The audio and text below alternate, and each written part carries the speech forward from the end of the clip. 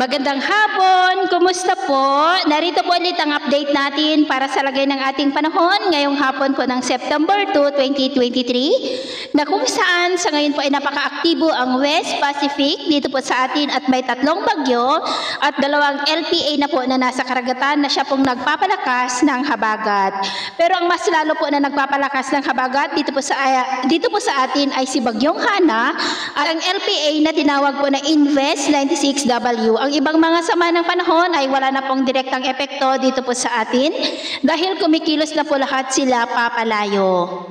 Samantala, si Bagyong Hana po ay ganap ng typhoon at taglay na ngayon ang lakas ng hangin na maabot po sa 175 kilometers per hour habang nasa layo po ng 322 kilometer northeast ng Basco, Batanes at nakataas na po ngayon dyan ang wind signal number 1 sa may Batanes at ito po ay kumikilos pa rin pa-west, northwestward at tutumbok po nito ang bansang Taiwan at posibleng bukas ng gabi ay mag-landfall na po sa Taiwan kaya sa ating mga kababayan na nandyan ay iba yung pag-iingat lamang po. At ito naman ay pinapakita ng forecast model natin pong ginagamit hanggang sa susunod na 2 linggo. At sa lagay po ng ating panahon, ngayong hapon dahil po sa habagat ay maulap ang kalangitan na may mga pulupulong pag-ulan sa may Ilocos Region, Cordillera, ilang bahagi ng Cagayan Valley, Central Luzon, Metro Manila, ilang bahagi ng Calabarzon, Mimaropa, lalo na po dyan sa may Mindoro Provinces, ilang bahagi ng Bicol Region, ilang bahagi lamang ng Western Visayas,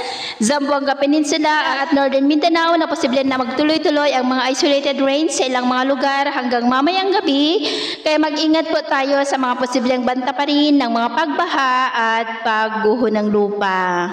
Sa atin namang mga baybayin, dahil po sa habagat at trough ng bagyong si Hana ay maalon po dyan sa may extreme northern Luzon at dulot naman ng habagat ay maalon naman sa buong seaboard ng kanlurang bahagi ng Luzon na ang mga alon po ay posibleng aabot hanggang po sa 1.5 to 3 meters height. Kaya iwasan muna natin ang papalaot lalo na po dyan sa mga may kulay pula para mas makaiwas sa mga sakunang pangkaragatan. So yun po ang latest update natin sa araw na ito.